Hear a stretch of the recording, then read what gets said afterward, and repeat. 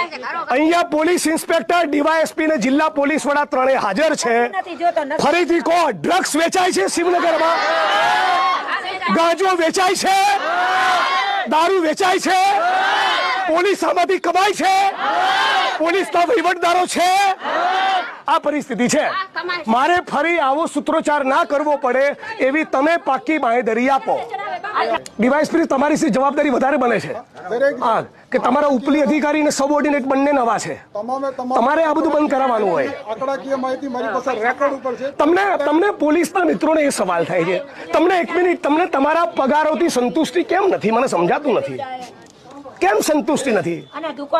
એક મિનિટ, તમને તમારા પરિવારના બાળકો કેવી રીતે જોતા છે કે મારો બાપ ભ્રષ્ટ છે? એવું નહીં થતું હોય. હે, તમારા પરિવારની સ્ત્રીઓ કેવી રીતે તમને જોતી હશે? આ લોકો મને કેવી રીતે જોવે છે? મને ખબર છે, ગર્વ કરે છે મારા માટે. તમારા ઉપર ગર્વ થાય એવું કરો ને.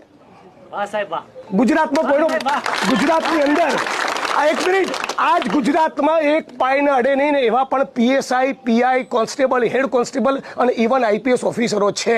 એવું જ ચરિત્ર બનાવો ને. કેમ એવું નથી કમાણી કરવી? કેમ ધારાસભ્ય આવવું પડે? મારું કામ જ નથી. કેમ બહેનોએ ફરિયાદ કરવી પડે?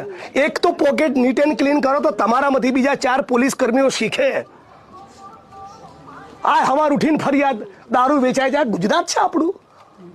આવું ગુજરાત?